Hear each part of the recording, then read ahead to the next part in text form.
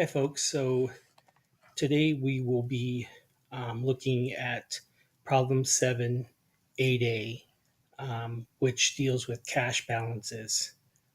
So what we're looking at is preparing a cash balance for the Cheyenne Corporation for the months of January and February of 2017. All the data that we will be using will be from operating budgets from 2017. So um, for this exercise, it was really helpful for me to input uh, descriptions of the data first. So that way I could go back and then enter in um, the numbers for uh, each category and then place the appropriate numbers under each month. So it was really important for me to enter the template first. And that's what I did. So to begin with, we're looking at a cash budget for the months ending 2000, February 28, 2017. We will begin with the beginning cash balance. Then we will be adding receipts. Um, each of those receipts will be as follows: collections from customers, sale of securities, notes receivable, total receipts, total available cash. Then we will be subtracting cash disbursements. Um, the cash disbursements we will be subtracting are salaries, selling expenses, administrative expenses, purchases,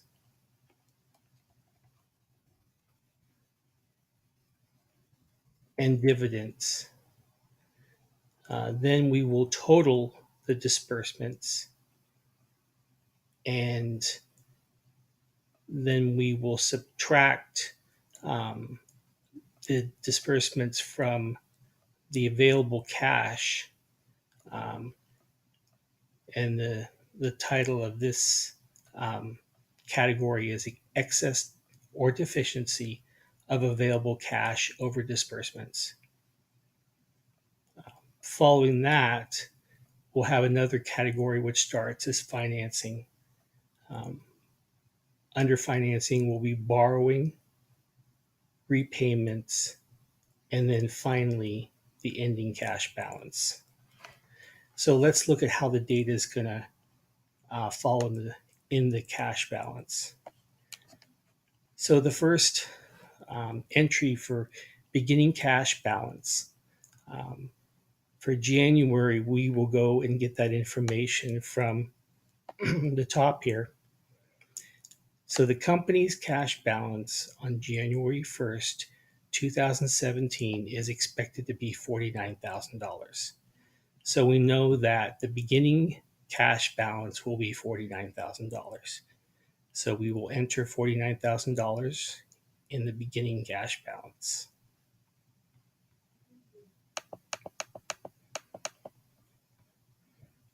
We will add to the beginning cash balance cash receipts.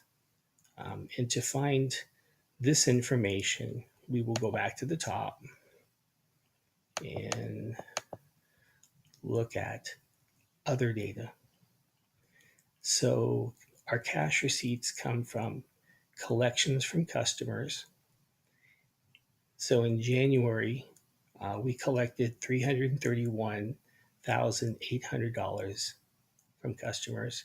And in February, we collected $378,100 from customers. So we're going to take that data and enter it in. January, 331,800, and February, 378,100. Next, we'll go to sales from securities. So this is where we really have to read carefully. Uh, so in January, there was a collection of notes receivable for $17,100. In February, there were proceeds from the sale of securities for $5,400. So we have two categories under the other receipts. Um, so we know that there was a sale of securities for $5,400 that occurred in February. And we also know that there were notes receivable, um, which we received in January. So we'll enter that data in our cash balance chart. Then we'll go and total the receipts. So our collection from customers, our sale of securities in January, our notes receivable in January, total 348,900. In February, our collections from customers were 378,100. Our sale of securities were 5,400. There were no notes receivable. And there was a total of $383,500 of receipts from the collection of customers, sales of securities, and notes receivable. So we will then add the total receipts to the beginning cash balance, and that will tell us our total available cash. So we'll do that for January and February. However, there's a trick here because we don't know yet what the beginning cash balance is in February. Um, and I got a little ahead of myself, but um, the ending cash balance will actually be the beginning cash balance for February. So when we find out January, we'll know what the beginning cash balance is in February. So I apologize for getting a little ahead. Um, the next category is less cash disbursements. So for cash disbursements, we'll look at the top here again. And here are cash disbursements. So we will first look at salaries. So in January, we had $84,200 in salaries. And in February, we had $81,800 in salaries. So we'll enter that $84,200 in January and $81,800 in February. Selling expenses, we had $78,500 in January and $86,700 in February. $78,500, $86,700. Administrative expenses,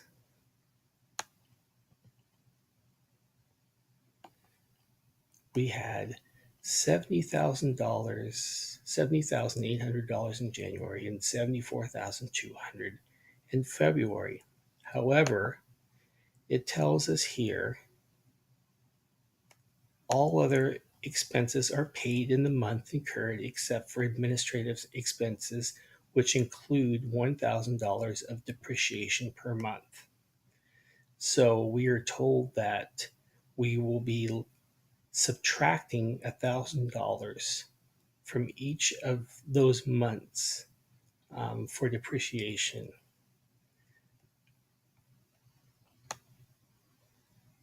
So the administrative expenses in January with the $1,000 subtracted will be $69,800, and for February it will be $73,200.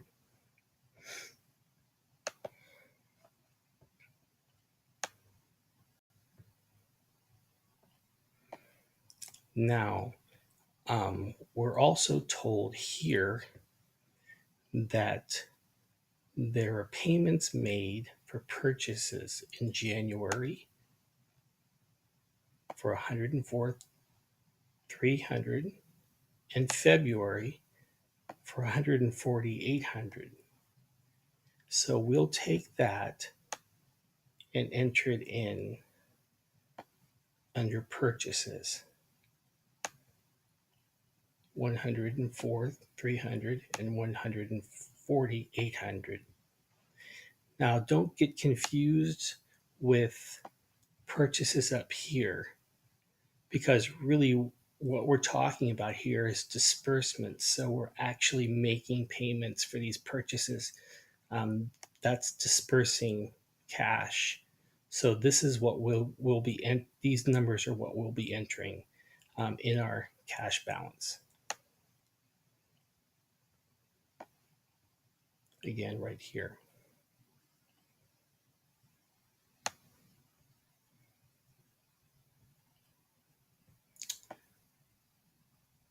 Okay. Other disbursements in February, there was a cash dividend paid for $12,100. So we will go down to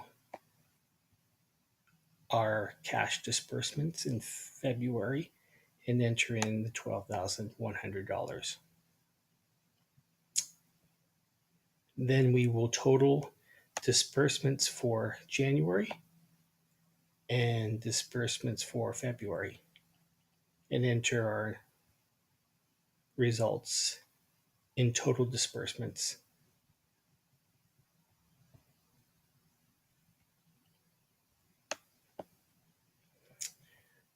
Okay, this is where we find the ending balance.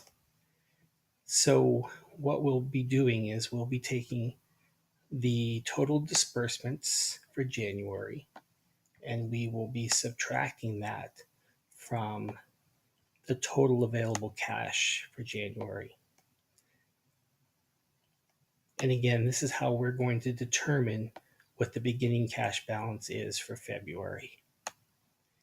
So when we subtract those two, we come up with the excess of available cash over disbursements, which is $61,100.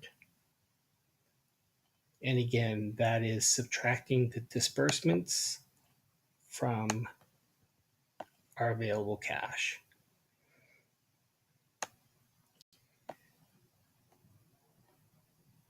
And that will also be our ending balance, $61,100, which will now be transferred to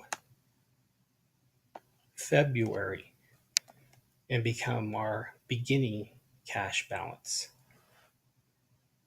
So now to find out what the ending ending cash balance is for February, we'll go back through those steps again. We will take the beginning cash balance for February and we will add that to our total receipts for February, which will give us the total amount of cash available. We will then subtract our cash disbursements for February, which is $394,600. So we will subtract, um, we will add up all of our cash disbursements and then subtract those disbursements from our available cash balance for February, which is 444,600.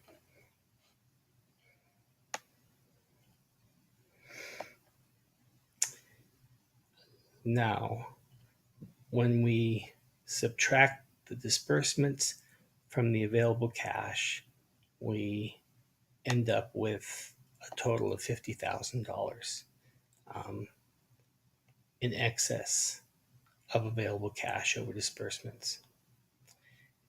Now, we are told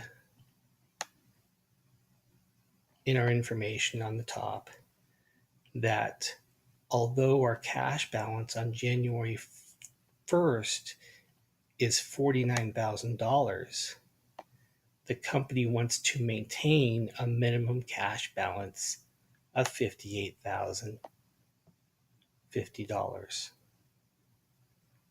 So our ending cash balance for February should be $58,050 because that is the minimum amount the company wants to maintain.